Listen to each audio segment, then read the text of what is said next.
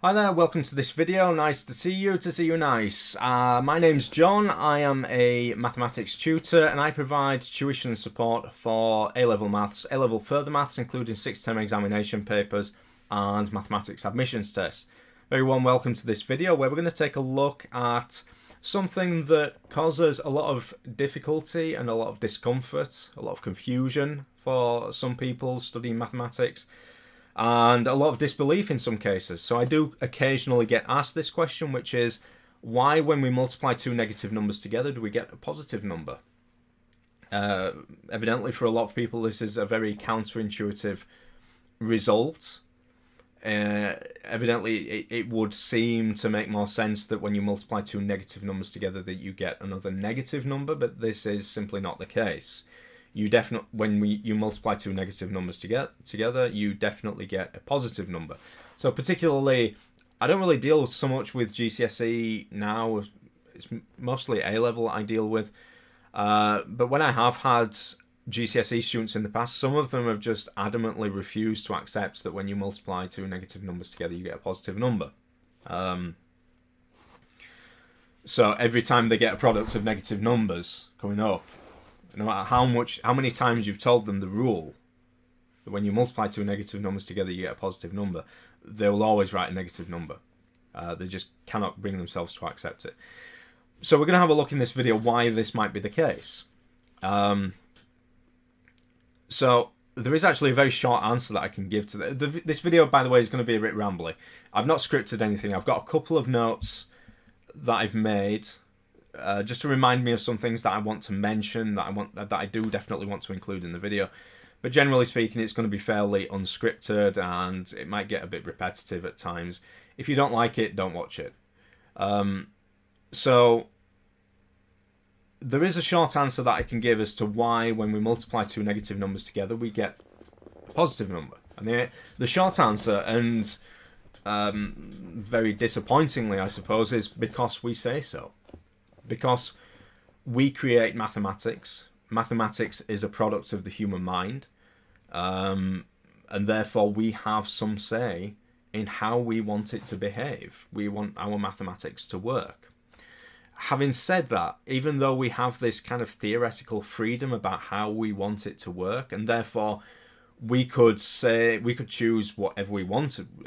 When you multiply two negative numbers together, we could choose whatever we wanted it to be. We want our mathematics to make sense in a certain way. I'm not going to get into what that means, but we want our mathematics to work in a certain way because it is sensible for it to work in that way. Okay, it makes sense for it to work in that way, and that's what we want as mathematicians. Even though we may have these theoretical freedoms about how we choose our mathematics to be, there are certain choices that we can make that make sense, that help us, and then there are certain choices that we can make that are completely counterproductive. Okay, generally speaking, as mathematicians, we don't want to make things more complicated than they already are. We want things to make sense, and it just turns out that choosing the product of two negative numbers to be positive makes more sense than the other alternatives, the other possible alternatives. So we're going to have a look in this video why that might be, what motivates that choice. And it's actually quite straightforward. If you are interested in a very detailed treatment of the construction of the system of real numbers and all the properties of real numbers and things like that, you can get all that in this book, Foundations of Analysis by Edmund Landau. Now, I'm not saying that you should run out and get this book straight away. It's quite a challenging book in many respects. If you're not familiar with... It's very minimalist in its presentation. So there's very little in terms of explanation. It's not like a textbook that you might be familiar with at A-level, for example, where it introduces you to a new formula, and then you get a billion, zillion examples, and then a few questions for you to have a go at yourself, and then you move on to the next formula. It's very theorem proof definition, theorem proof, theorem proof, theorem proof, definition. It's very, if you're used to working with higher level mathematics, then it will be kind of normal. But it's worth having a look at. I'm pretty sure that if you look carefully on the internet, you may be able to find a free version. Just saying. But also, if you are interested, I do have another YouTube channel where I go through some of the content. I look at some of the contents of this book in some detail. So that other channel, a bit of shameless self-promotion here, it's called The Second Number Class.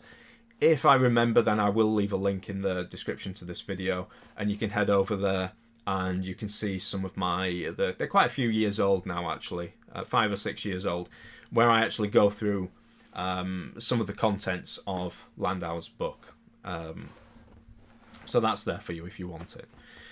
Okay, so let's have a look at what some of the reasons might be why we choose our mathematics to work in, or why we choose the product of two negative numbers to be positive.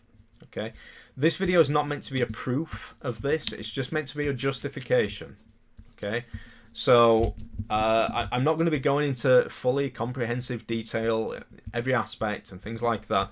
There are some things that I'm going to be taking for granted. And there are some things that I'm going to kind of skip over a little bit. If there is anything that you would like to add, just leave your comments in the comments section. Okay? If you've got any questions, additional questions, feel free to ask them. I'll be happy to help you. Okay, so what it comes down to is we want our system of numbers, and when I'm talking about our system of numbers, I'm talking about the system of real numbers. And by the way, in this video, I'm not going to get into the question of what do we mean by real numbers. This is a whole different can of worms to get into. It's not an easy question to answer. What do we mean by real numbers? This goes into it in much more detail in a certain way. So this will construct the real numbers in a particular way. I'm not saying it's the only way that we can view real numbers. But it's one way of kind of building up the real numbers so that we've got a sound logical basis for them in a certain way. So we're going to take for granted that we have a system of real numbers. And what we're interested in now is actually imposing some conditions on this set of real numbers so that it behaves in a particular way. Okay? And let's think, what kind of properties might we want our real numbers to have? So, in particular, we want a kind of closure property. So what I mean by that is, if x and y are real numbers, then x times y, and I'm going to write x times y as just xy rather than x multiplication symbol y. Then x times y is also a real number, right? So we don't want the product of two numbers to be something else, some other type of thing. Now this can happen, by the way.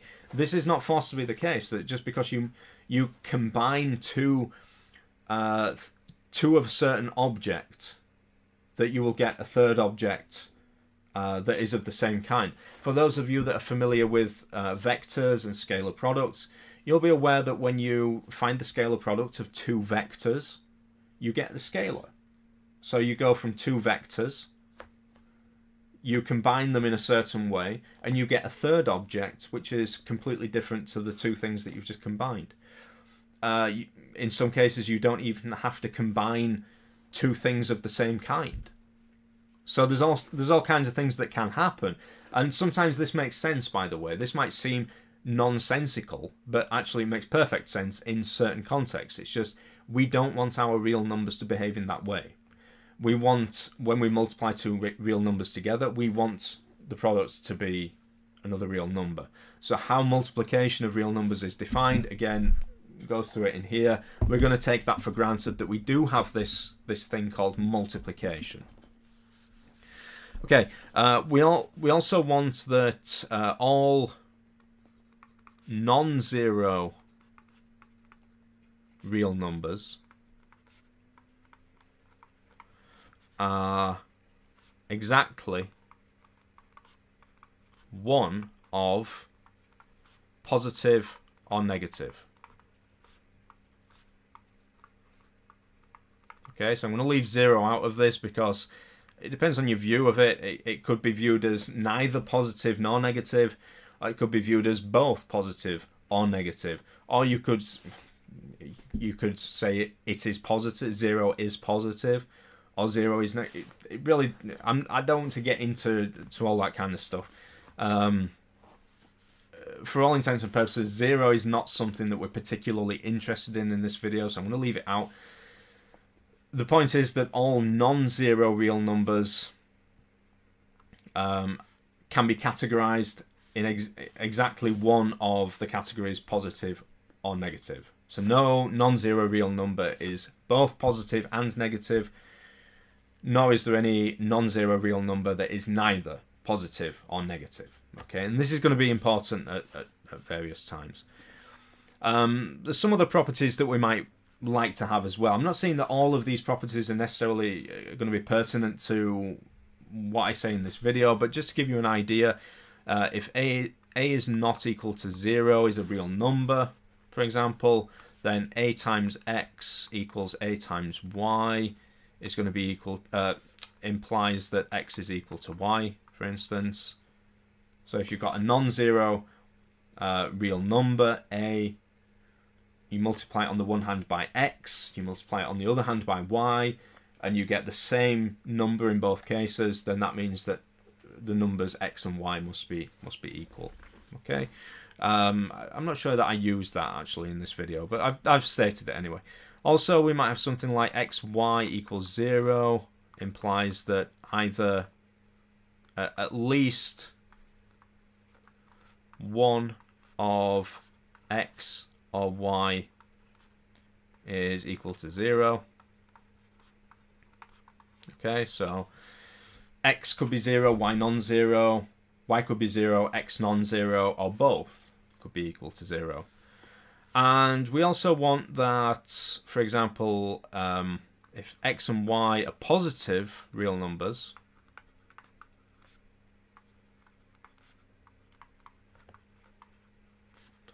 then x times y is positive. Okay, obviously a positive real number. Again, that doesn't have to be the case. It's just, it makes sense. It makes sense for things to be that way. And finally, we'd also like that x times y is equal to y times x. So this is the commutative property of multiplication. There's all sorts of other properties that we can include. That some are going to be relevant, some are going to be irrelevant. But these just give you a bit of an idea about the kinds of things that we want, the kind of properties that we want our numbers to have, which are potentially going to have some bearing on how we decide what kind of how we're going to interpret the product of two negative numbers. Okay, again, Landau's book goes into much more detail on this. So let's have a look at how this might work then. So let's look at case number 1. Let's say we've got x is a positive number, positive real number, and for the rest of this video, really, I'm going to be dealing with x's and y's. I'm really going to be assuming that x and y are non-zero. Okay, so unless I specify otherwise, unless I've got reason to say x is equal to 0 or y is equal to 0, in which case I will explicitly say that, assume that x and y are non-zero real numbers. Okay, so x is a positive real number and y is another real number. And I'm not gonna specify whether it's going to be positive or negative. I'm just going to say it's another real number. And let's suppose, for example, that x times y is negative. Okay, so what we're going to be going for here is kind of a contradiction argument. Okay, so x times y is negative. I suppose it's contradiction, I guess. X times y is negative. That means that since x is positive, y cannot be positive.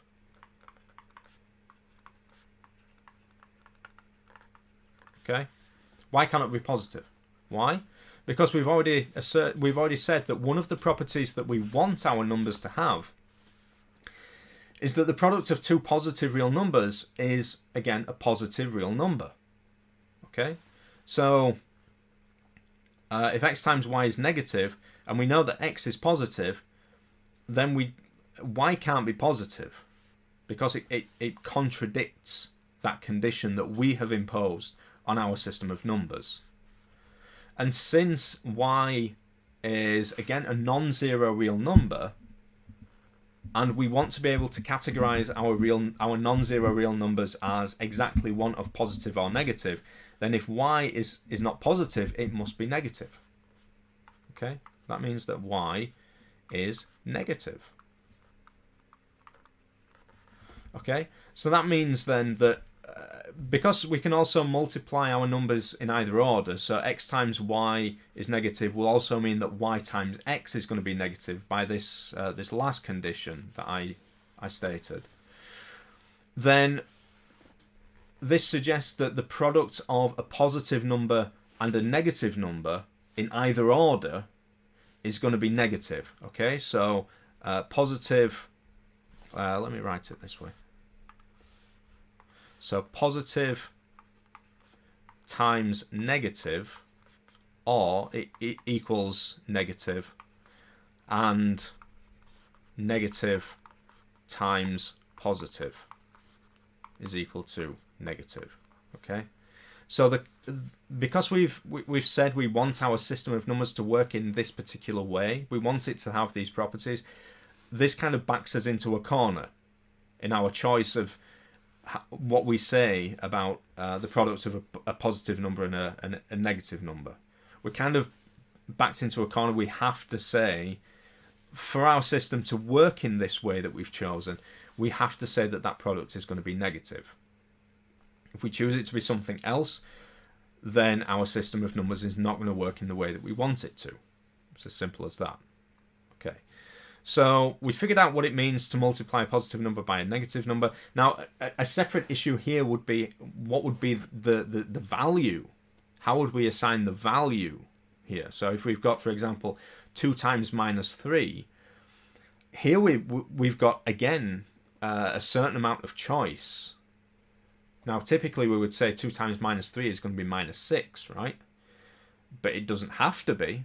Strictly speaking, we could choose it to be whatever we wanted it to be. It's just that it's sensible for us to choose it to be minus 6. 2 times minus 3 to be minus 6, for example. I'm not going to get into that. That's just another part of the structure of the real numbers, which I don't really want to get into in this video.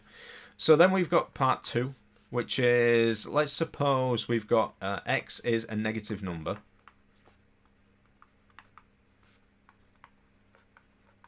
Okay, so x is a negative number and y is another real number.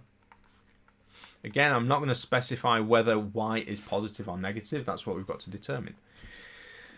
And let's suppose x times y is positive. Okay, so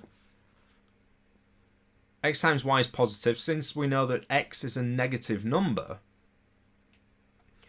then y cannot be a positive number. Why?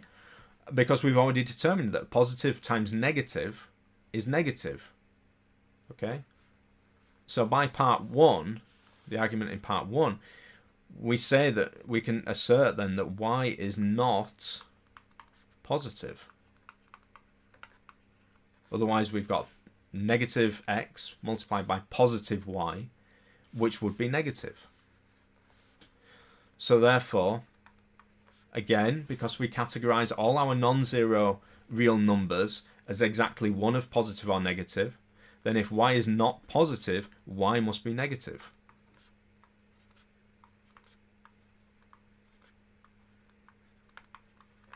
And therefore, we get that negative times negative must be positive. So, again, imposing these conditions on our system of real numbers, that we want our system of real numbers to behave in this particular way, it forces into the choice of negative times negative being positive. So, there we go. That's about it, really. It's a bit of an anticlimax, really, isn't it? Maybe you were expecting a lot more detail than that. But again, this is not necessarily meant to be a proof. This is just meant to be a justification. Because it is possible to build up in a purely logical way. And that's what happens in here. Build up the real numbers in a purely logical way. Okay? But in the background, even though in Landau's book it builds up in this purely logical way, in the background is all of this stuff, all of this hindsight. Okay, so negative numbers, by the way, we can take them for granted. So here's a bit of I don't know, ad-libbed material, I guess. Negative numbers haven't always been generally accepted in mathematics. I mean, you look at the ancient Greeks, for example, they didn't deal with negative numbers. They didn't have a concept of negative numbers. This would seem really, really strange to us. But their conception of number, their philosophical perspective on the concept of number did not allow them to have negative numbers. It didn't allow them to form products of numbers greater than 3, effectively, because of the way that they viewed multiplication. They didn't have irrational numbers. They had a way of dealing with irrationals, or incommensurables, as they tended to call them, but it was in a geometric sense. So they tended to associate with numbers. Every number could be associated with a length, or every linear number, every one-dimensional number, or however you want to refer to it, could be associated with a length, but not every length could be associated with a number. Okay, so this allowed them to kind of get around the idea of irrational number. They didn't actually have to talk about irrational numbers, but they could have lengths that effectively had an irrational length, what we would recognize now as an irrational length. And when they multiplied two lengths together, they get an area. Okay, but obviously lengths and areas and things like this can never be negative. They didn't have a concept of negative numbers. Even Diophantus, one of the later Greek mathematicians, still didn't deal with negative numbers. Even coming into the 18th century with Leonhard Euler, for example, one of the greatest and most productive mathematicians of all time. I'm sure Euler's name has come up at some point in your mathematical studies. Even Leonhard Euler didn't really have the kind of grasp on negative numbers that we have now. So much so that if you read this book, Maurice Klein, The Loss of Certainty, Klein explains how Euler came to the conclusion that negative numbers were actually greater than infinity. This seems absurd to us now. It seems crazy. How could somebody as, such a great mathematician as Euler seem to be under the impression that negative numbers were greater than infinity? And there's a very good reason why he thought this, and it comes down to a mistake that he made or an error, a logical error that he was making, particularly when it came to infinite series, infinite sums, that we recognize now much more clearly. Okay, when we deal with infinite sums in mathematics now, we've got a much more precise way of dealing with them that Euler didn't have. He didn't have the technology available to him to deal with infinite series in a consistent sort of way, so it led him into this error.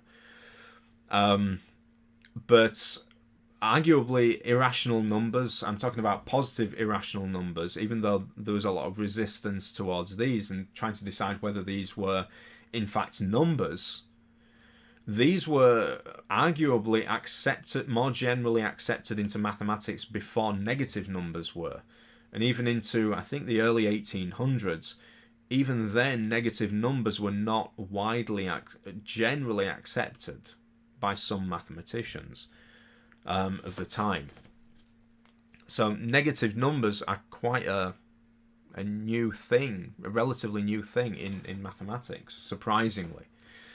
And the idea of real numbers, the modern conception of real number that we have, and the specific properties that we expect real numbers to have, again, is a fairly new development. The argument that Landau presents in his book was only really became apparent. It only really came about in kind of 1870s or something like that. Dedekind. It's mainly a Dedekindian argument that he used, or construction that Landau gives in his book. So the real numbers and their properties are a very new thing, and what was meant by a real number previously, it's not very clear. But it had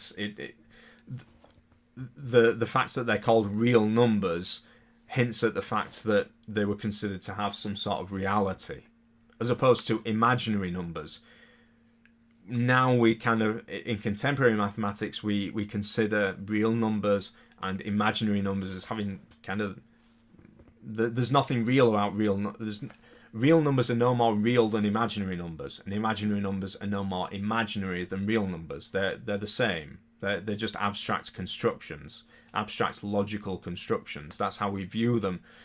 But previously, the concept of real number was to indicate that it was believed that these numbers had some kind of reality, and imaginary numbers exceeded that reality, that they had a kind of unreality. They were imaginary. They didn't really exist in a certain sense. And things are completely different now. But it wasn't clear for a long time whether negative numbers were numbers, or whether they should be considered as numbers, or whether they should be considered as real numbers. So there's all sorts of philosophical difficulties that we don't really deal with now in mathematics, but when mathematics was much more tied up with philosophy, you kind of ran into these issues, and that's why the ancient Greeks couldn't have a concept of negative number or a concept of irrational number, because their philosophical perspective on mathematics and everything just didn't allow it. It just didn't. It was a block to them. So until the philosophical perspective started to change, then these restrictions really were maintained. Okay, so I told you this video was going to be a bit rambly, but I hope you found something interesting. If you would like to know more about the history of real numbers and things like that, then I'd recommend that you read some books on the history of mathematics. It can be quite difficult to understand sometimes, because we've got our modern perspective on what numbers are, what they mean, how they work, and all this kind of stuff. And sometimes it can be really jarring and quite difficult to look back over previous centuries and even previous millennia try to understand their works, because they had such different perspectives on things that just don't agree with our perspective now. But it's definitely worth having a read around if you're interested in that kind of thing. So maybe I've whetted your appetite, maybe not, for a bit of the history of mathematics. Let me know what you think about this video. It was just something that I felt like doing. I've got a bit of free time on my hands, so I just thought I'd put something out there, put something together, put something out there that might be interesting. If you don't like it, like I said, don't watch it. If, however, you are getting some benefit from the videos that I'm putting up on my YouTube channel, please show your support by hitting the like button and subscribing to this channel.